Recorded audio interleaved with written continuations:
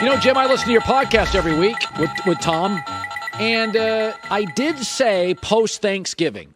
You know, I tried to read the subtle messages, and I thought to myself, there was a lot of family talk and stuff, and I was thinking, it's getting closer. I don't know what it is, but it's getting closer. Did you, because of your relationship, did you have a sense that this may be coming up pretty quick? I've kind of had a feeling just this whole year after winning the Super Bowl that even though he said he wanted to play to 45, that it might be winding down.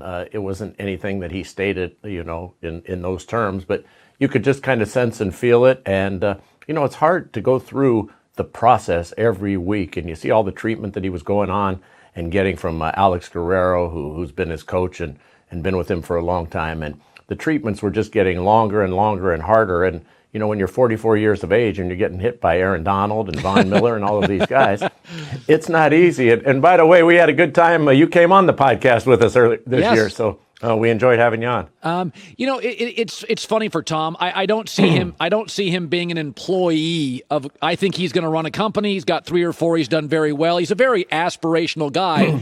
But where Peyton Manning's doing a lot of comedic stuff, I could see Tom really doing, some. His business, his family. Do you think he'll be front and center, or do you think he may be, spend a year or two kind of doing his thing with his family? I think that he's had 2 loves, and he's been so fascinated with playing football and wanting to achieve excellence and then obtaining it. I think he's going to spend time with his family, and, he has so many of these other interests. Excuse me.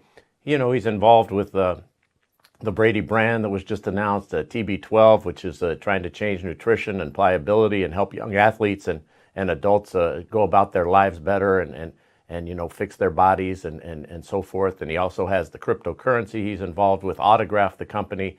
He has 199 Productions. So he has a lot of other things going on, and they're going to take some of his time, but his family is going to take the majority of the time. Colin, he has put them in the background for a while, and they have been in his forefront. They've been cheering him at every step, and he has young kids. And he said something really interesting about 2 weeks ago on Let's Go on the podcast. He said, my children deserve to have the father that they need, and my wife deserves to have the husband that they need. And it can't just be about what it is that I want to do. It has to be about what we want to do as a family.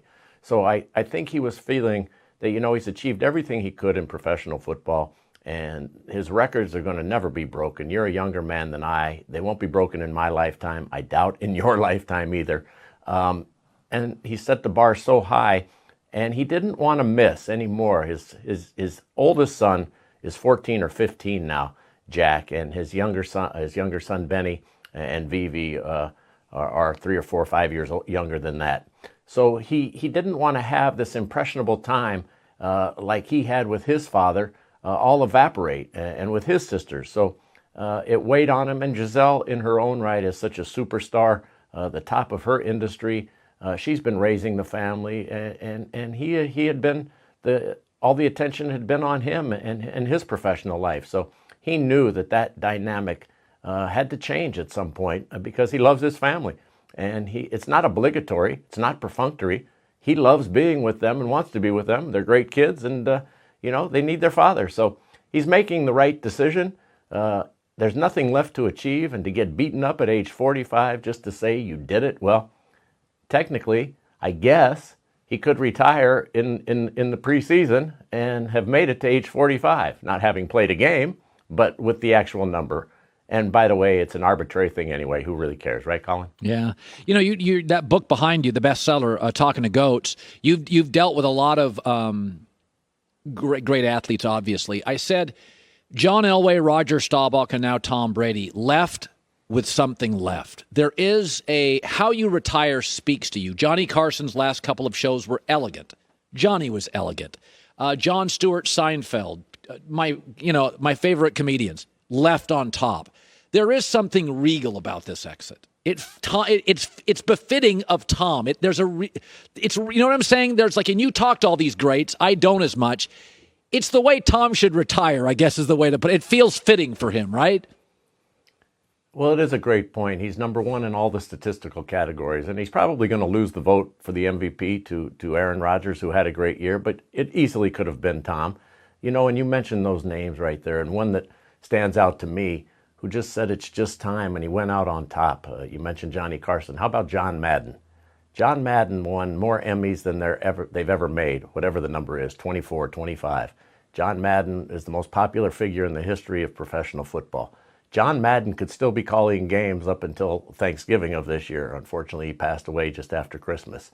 But he could have gone on for another 10, 12 years from when he decided it was time, and he was just that great. But he left when he was at the top of his game, and he left on his terms. So, and those other folks that you mentioned, John Elway was winding down. He didn't quite have as much as Tom Brady did, but he left after winning 2 Super Bowls. So there is something great about that, as you say. And you know, there is a regal quality to it that Tom said again this season, he could probably play till 45, maybe even 50, that the reason he would be leaving would not be physical.